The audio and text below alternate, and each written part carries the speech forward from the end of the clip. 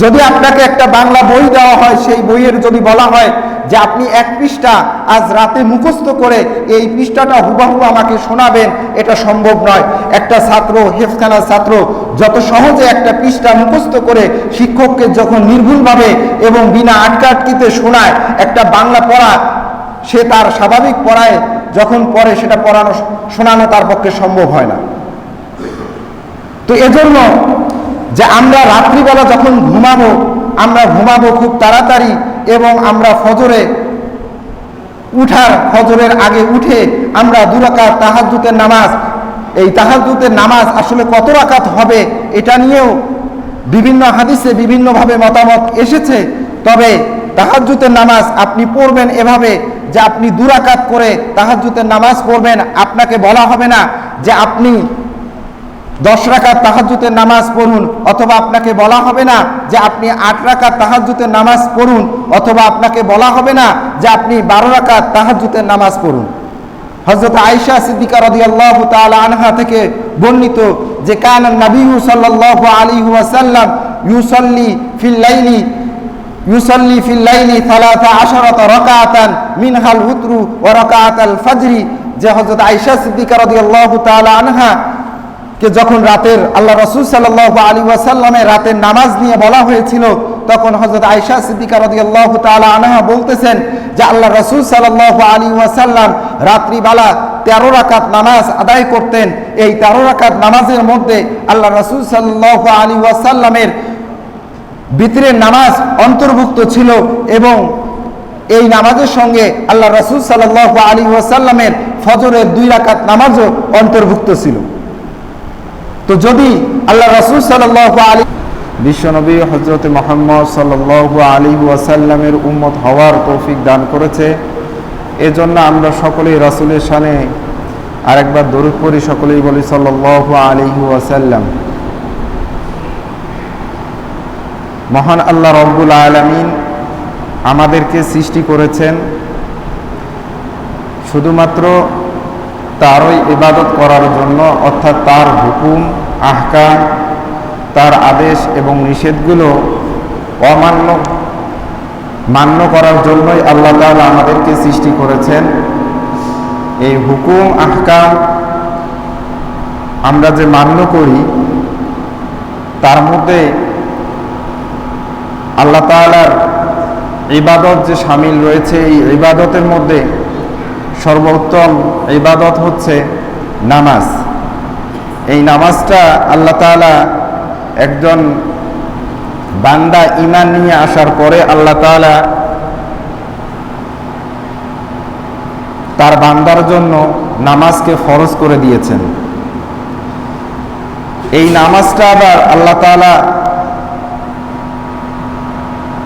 আমাদের জন্য যেমন ফরজ করে দিয়েছেন, তেমন কিছু নামাজ রয়েছে যে নামাজগুলো সুন্নত এবং নফল হিসাবে গণ্য। তো আমরা ফরজ হুকুম, আল্লাহ তাআলার ফরজ বিধান, এটা আমরা সকলেই জানি এবং এটা আমরা সকলেই পালন করি। তো এজন্য ফরজটা আমরা পালন করব, এটা নিয়ে আমাদের কোনো দ্বিধা বা কোনো সংশয় থাকবে না। এবং ফরজের ফজিলত আল্লাহ তাআলার নিকট অনেক বেশি, এবং এই ফরজের প্রতিদান আল্লাহ তাআলা নিজ হাতেই দিবেন। কিন্তু এই ফরজ আমলকে পরিপূর্ণ করতে গিয়ে বা এই ফরজের গুরুত্ব বোঝাতে গিয়ে নফলেরও অনেক ফজিলত আল্লাহ তাআলা পবিত্র কোরআনে যেমন বর্ণনা করেছেন, আল্লাহ রাসূল সাল্লাল্লাহু আলাইহি ওয়াসাল্লামের অসংখ্য হাদিসে নফল ইবাদতেরও গুরুত্ব উল্লেখ করা হয়েছে। নফলের গুরুত্ব কেন এত গুরুত্ব দেওয়া হয়েছে নফল ইবাদতের ক্ষেত্রে, যে একজন বান্দা যখন নফল ইবাদতের ব্যাপারে উদাসীন হবে, তখন সে বাকি আমলগুলোর ব্যাপারে উদাসীন হয়ে যাবে। এজন্যই আল্লাহ তাআলা নফলের গুরুত্ব উল্লেখ করে পবিত্র কোরআনে উল্লেখ করেছেন যে তাতাজাফা জুনুবুহুম আনিল মাদাজি'i ইয়াদউনা রাব্বাহুম খাওফান ওয়া তামাআন ওয়া মিম্মা রাযাকনাহুম ইউনফিকুন। যে তাতাজাফা জুনুবুহুম আনিল মাদাজি'i, যে তাদের পার্শ্বদেশগুলো তাদের শয্যা স্থান থেকে অর্থাৎ তার বিছানা থেকে আলাদা হয়ে যায়। তাতাজাফা জুনুবুহুম আনিল মাদাজি'i ইয়াদউনা রাব্বাহুম, যে তারা তাদের রবকে ডাকে। কিভাবে ডাকে? খাউফান ওয়া তামান, যে ভয় এবং আশা, ভয় এবং আশা নিয়ে তারা তাদের রবকে ডাকে। ওয়া মিম্মা রাযাকনাহুম ইউনফিকুন, এবং তারা ব্যয় করে অর্থাৎ তারা দান করে, তাদেরকে আমি যে উত্তম রিজিক দিয়েছি সেই রিজিক থেকে তারা দান করে।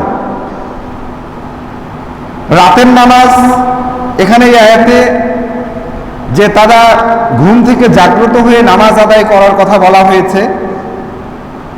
তো এই আয়াতটার ব্যাপারে বলা হয় যে এই আয়াতটি তাহাজ্জুদের নামাজের দিকে ধাবিত করে।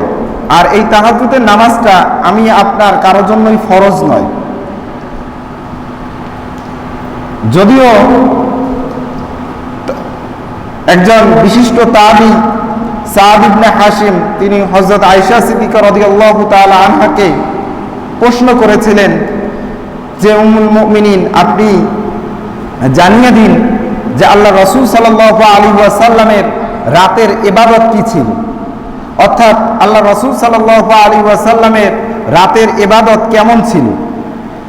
তো তখন উম্মুল মুমিনিন হযরত আয়েশা সিদ্দিকা রাদিয়াল্লাহু তাআলা আনহা রাতের ইবাদতের কথা উল্লেখ করতে গিয়ে বলেছেন যে তুমি কি এই আয়াত পড়নি, ইয়া আইয়ুহাল মুযাম্মিল কুমিল লাইলা ইল্লা কলিলা। তো তখন সাদ ইবনে হাশিম উত্তর করলেন যে আমি তো পড়েছি এই আয়াত, এবং কোরআনের এই আয়াত সম্পর্কে তো আমার ধারণা আছে এবং এই আয়াত তো আমি পড়েছি। তো তখন হযরত আয়েশা সিদ্দিকা রাদিয়াল্লাহু তাআলা আনহা বললেন যে তুমি যখন এই আয়াত পড়েছো, এর দ্বারাই উদ্দেশ্য হচ্ছে যে আল্লাহ রাসূল সাল্লাল্লাহু আলাইহি ওয়াসাল্লাম রাত্রিবেলা জাগ্রত হয়ে নামাজ আদায় করতেন, এবং এরকম আদায়টা এই নির্দেশনাটা পরবর্তী আয়াত অবতীর্ণ হওয়া পর্যন্ত আল্লাহ রাসূল সাল্লাল্লাহু আলাইহি ওয়াসাল্লামের উপর ফরজ ছিল এবং সাহাবাদের উপরেও ফরজ ছিল। সূরা মুজাম্মিলের এই আয়াতটা যখন অবতীর্ণ হয় এবং এই আয়াত থেকে, এই রুকু থেকে পরবর্তী যে রুকু, কোরআনের আয়াত অবতীর্ণের যে ধারাবাহিকতা, এখানে 1 বছরের একটা ফারাক তৈরি হয়ে গিয়েছিল, অর্থাৎ 1 বছরের একটা গ্যাপ ছিল। অর্থাৎ হযরত আয়েশা সিদ্দিকা রাদিয়াল্লাহু তাআলা আনহা বলতেছেন যে এই তাহাজ্জুদের নামাজটা যখন এই আয়াত অবতীর্ণ হয়েছে তখন মুসলমানদের উপর ফরজ ছিল, অর্থাৎ এই ফরজের হুকুমটা 1 বছর ছিল এবং সাহাবারা এই একটা বছর, আল্লাহ রাসূল সাল্লাল্লাহু আলাইহি ওয়াসাল্লাম 1 বছর এই তাহাজ্জুদের নামাজ পূর্ণাঙ্গ আদায় করতেন। এবং 1 বছর পরে যখন এই সূরা মুজাম্মিলের শেষের আয়াতগুলো অবতীর্ণ হয় তখন এটা মুসলমানদের জন্য লঘব করা হয়, অর্থাৎ তাকে শিথিলতা দেওয়া হয়, অর্থাৎ এই তাহাজ্জুদের নামাজটা নফল হিসাবে সাব্যস্ত করা হয়। তো এই তাহাজ্জুদের নামাজের গুরুত্বটা এত বেশি, এজন্যই এই নফল নামাজের গুরুত্বের কথা বলা হয়েছে যে একজন বান্দা যখন নফলের থেকে সে নিজেকে বিরত রাখে, অর্থাৎ নফল ইবাদত করার ব্যাপারে নিজেকে সরিয়ে নেয়, তখন সে সুন্নত নামাজগুলো অর্থাৎ সুন্নত আমল থেকেও সে নিজেকে সরিয়ে নেয়। এবং যখন সে সুন্নত আমল থেকে নিজেকে সরিয়ে নেয় তখন সে ওয়াজিব আমলগুলো আদায় করার ব্যাপারেও তার গাফলতি দেখা দেয়, এবং যখন সে এই ওয়াজিবগুলোর গাফলতি শুরু করে দেয় তখন সে ফরজ বিধানগুলো মানতেও অস্বীকৃতি জানায়। আমাদের সমাজে আমরা যারা সুন্নতের পাবন্দি থাকি তারা একটু হলেও চিন্তা করি যে আমার থেকে কোনো ফরজ এবং ওয়াজিবটা যেন অন্তত ছুটে না যায়, কিন্তু যারা আমরা সুন্নত এবং নফলের ব্যাপারে, ওয়াজিবের ব্যাপারে আগ্রহী নই, তারা আমরা ফরজ বিধানকে অর্থাৎ ফরজ কোনো হুকুমকে মানতেও আমরা চাই না এবং সেই হুকুমকে নিজেদের মধ্যে মনেই করি না যে এটা আমাদের জন্য ফরজ। 5 ওয়াক্ত নামাজ আমাদের সকলের উপরেই ফরজ, কিন্তু আমাদের সমাজে আমরা অনেকেই রয়েছি যারা এই নামাজটাকে না পড়লে যে গুনাহ হবে এটা আমরা মানতেই চাই না, আমরা এটাকে স্বাভাবিক মনে করি। আমার বাড়িতে আমার ছেলে সন্তান, আমার মেয়ে সন্তান নামাজ আদায় করতেছে না, ফরজ আদায় করতেছে না, আমরাই সাধারণভাবে আমরা বাড়ির অভিভাবক হয়ে আমরাই স্বীকৃতি দেই যে এখন তো বয়স অনেক অল্প, এই বয়সে আর নামাজ পড়ার দরকার কি, হোক একটা সময় যখন চলে আসবে তখন সে নামাজ আদায় করবে। এটা হওয়ার পিছনে কারণ হচ্ছে যে আপনার নিজের মাঝেই ফরজ তো আদায় আপনি করেন হয়তো, কিন্তু নফলগুলো বা সুন্নতগুলো আদায় করার ব্যাপারে আপনার আগ্রহটা কম, যার কারণে আপনার মুখ দিয়ে এ ধরনের স্বাভাবিক কথাটা স্বাভাবিকভাবেই বের হয়ে আসে। অথচ এই কথাটা কিন্তু অনেক মারাত্মক। আমরা যদি নাহি আনিল মুনকারের কথা বলি এবং আল আমরু বিল মারুফের কথা বলি, তাহলে আমরু বিল মারুফের একটা বিধান হচ্ছে যে আপনি আপনার পরিবারে নামাজের বিধানটাকে আদেশ হিসাবে চালু করে দিবেন এবং আপনি আপনার অধীনস্থ যারা রয়েছে তাদেরকে নামাজের প্রতি উৎসাহ দিবেন, তাদেরকে নামাজের দিকে ডাকবেন। এটাই হচ্ছে আপনার আমরু বিল মারুফ, অর্থাৎ আল আমরু বিল মারুফ যেটাকে বলা হয়। এবং এই নফল ইবাদতের মধ্যে যতগুলো ইবাদত রয়েছে তার মধ্যে যত নামাজ রয়েছে তার মধ্যে সর্বোত্তম নামাজের কথা বলা হয়েছে তাহাজ্জুদের নামাজ। আমরা হয়তো ধারাবাহিকভাবে নামাজের আলোচনায় নফলটাকেই সামনে নিয়ে আসব, এ কারণেই যে নফল ইবাদতটা যদি আপনি আমি সঠিক না করি তাহলে আমার সুন্নতের দিকে যেমন তাগিদ থাকবে না, তারপরে আমার সুন্নত যদি আমি ঠিক মতো আদায় না করি ওয়াজিবের প্রতি আমার গুরুত্ব থাকবে না, আর ওয়াজিব যদি আমি আদায় না করি তাহলে ফরজের প্রতি আমার কোনো গুরুত্ব থাকবে না।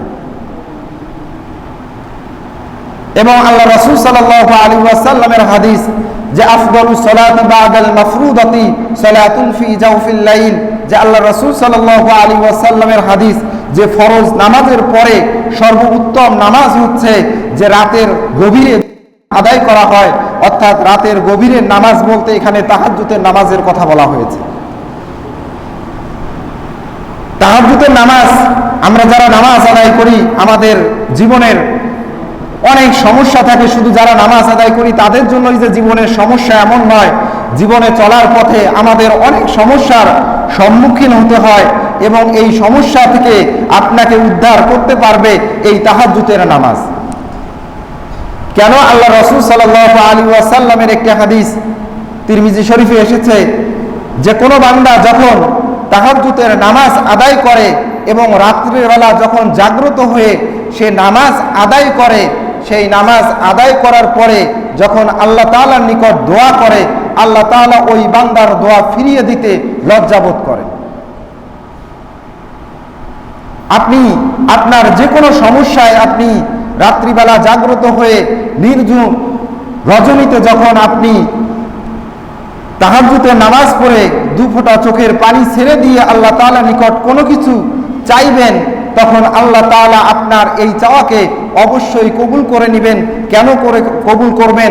যে আল্লাহ রাসূল সাল্লাল্লাহু আলাইহি ওয়াসাল্লামের একটি হাদিস যে আল্লাহ রাসূল সাল্লাল্লাহু আলাইহি ওয়াসাল্লাম উল্লেখ করেছেন যে আল্লাহ তাআলা ইয়ানজিলু ফি সামাইল ফি লাইলাতিল আখিরাতি, অর্থাৎ রাতের শেষ অংশে আল্লাহ তাআলা প্রথম আসমানে নেমে আসেন এবং আসার পরে আল্লাহ তাআলা বলেন যে হে আমার বান্দারা, তোমাদের মধ্যে এমন কেউ আছো কি যে তোমরা আমার নিকট কোনো কিছু চাবে, তোমরা আমার নিকট ক্ষমা প্রার্থনা করো আর আমি তোমাদের ক্ষমাগুলো তোমাদের গুনাহগুলো মাফ করে দেই এবং তোমরা আমার নিকট যা কিছু চাও আমি তোমাদের সব কিছু দিয়ে দিই।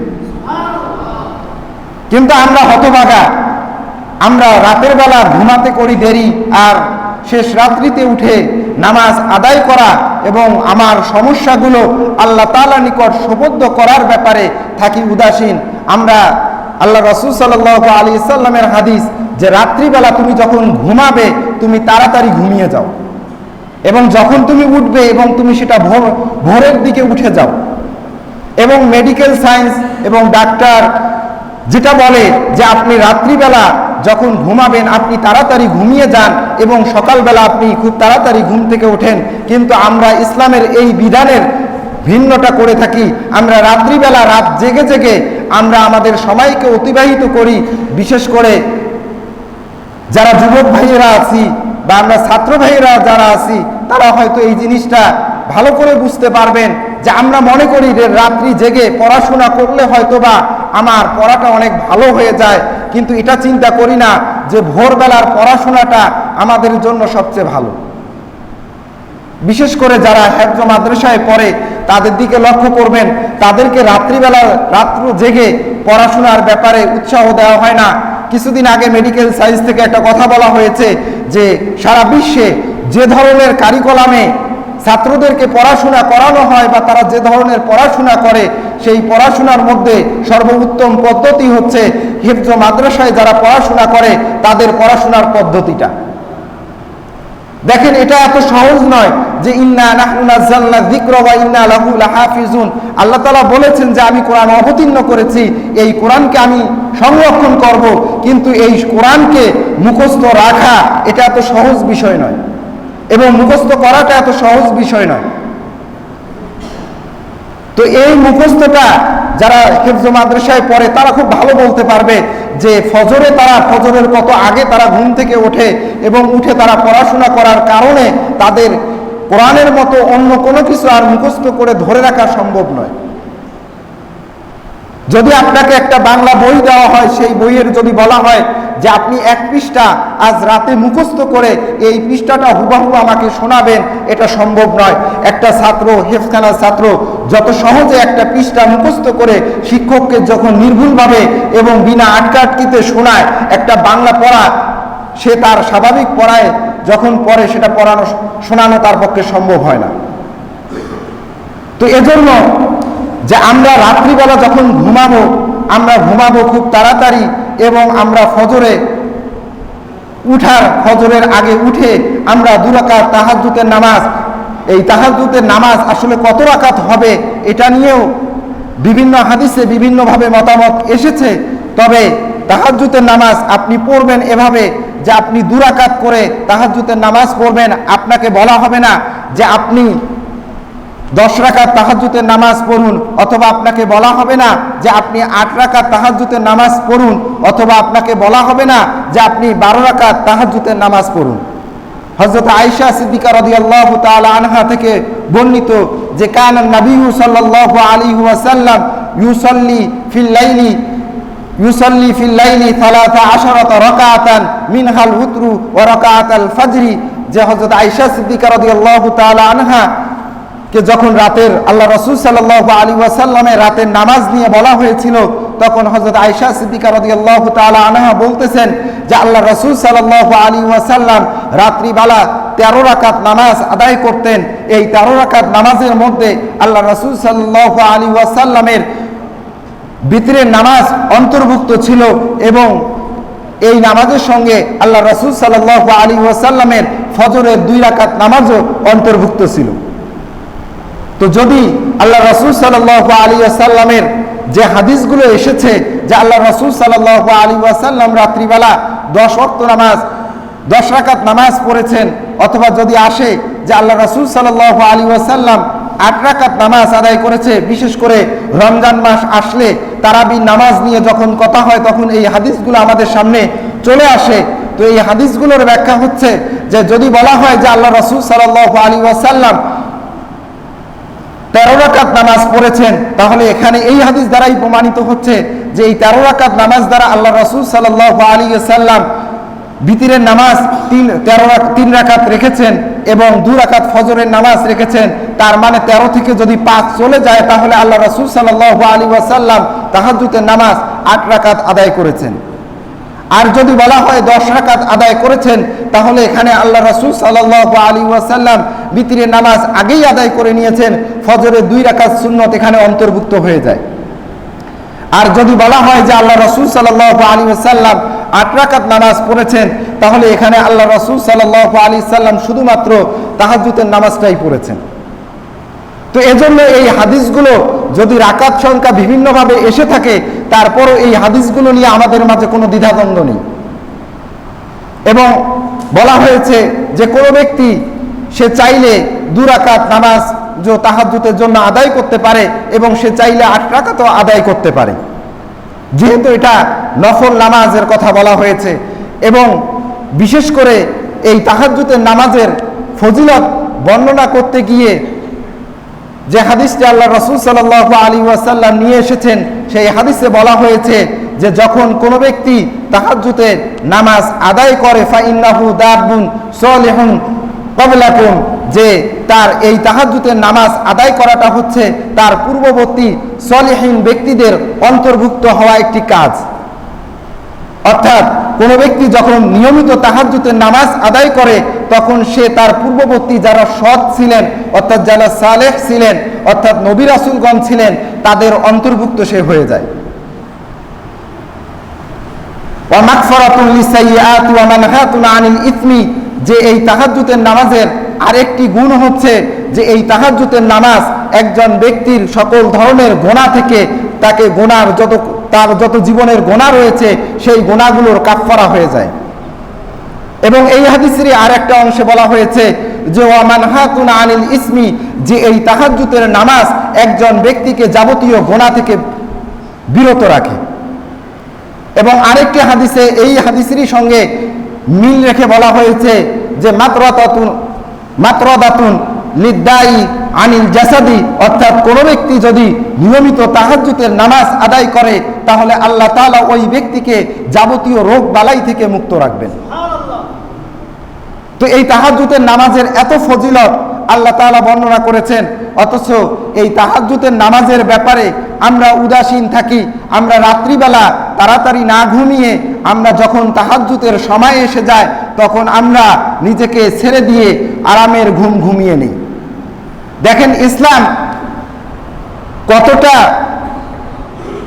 আমাদেরকে শিক্ষা দিয়েছেন যে আপনি যদি নিজে তাহাজ্জুদ পড়তে না পারেন তাহলে আপনার স্ত্রী যদি তাহাজ্জুদের জন্য ওঠে তাহলে আপনার স্ত্রী তাহাজ্জুদের জন্য উঠে আপনার চেহারায় সে পানি ঢেলে দিয়ে আপনাকে যেন জাগ্রত করে দেয়।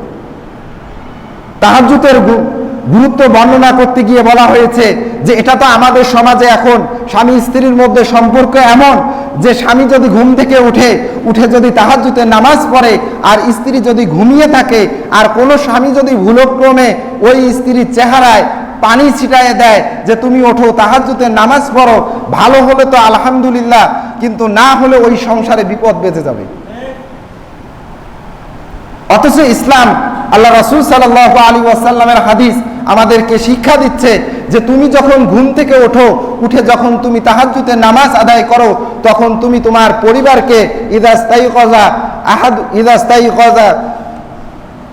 ইদা আইকাযা আহাদুহুমা মিন আহলিহা মিনান নাওমি ফায়ুসাল্লিয়া আও সাল্লা রাকাতাইনি জামিআন কা কুতিবা মিনাজ যাকিরিনা ওয়াজ যাকিরাত, যে যদি দুইজনের একজন জাগ্রত হয় অথবা উভয়ে জাগ্রত হওয়ার পরে যদি তাহাজ্জুদের নামাজ আদায় করে দুইজন একসঙ্গে অথবা একাকী কেউ যদি একজন তাহাজ্জুদের নামাজ আদায় করে তাহলে আল্লাহ তাআলা তাদেরকে আয-যাকিরিনা ওয়াজ-যাকিরাত, যে ফিয-যাকিরিনা ওয়াজ-যাকিরাত হাদিসে এসেছে যে তাদেরকে অর্থাৎ আল্লাহর স্মরণকারী অর্থাৎ যারা আল্লাহর আউলিয়া অর্থাৎ যারা আল্লাহর নবী রাসূল রয়েছেন তাদের অন্তর্ভুক্ত করে দিবেন।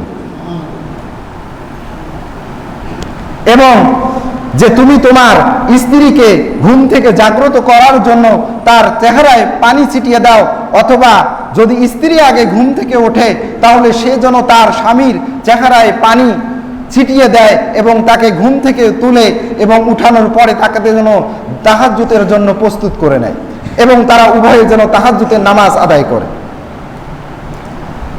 এবং আল্লাহ রাসূল সাল্লাল্লাহু আলাইহি ওয়াসাল্লামের একটি হাদিস এসেছে যে যদি কোনো ব্যক্তি তার নিজের কোনো প্রয়োজনে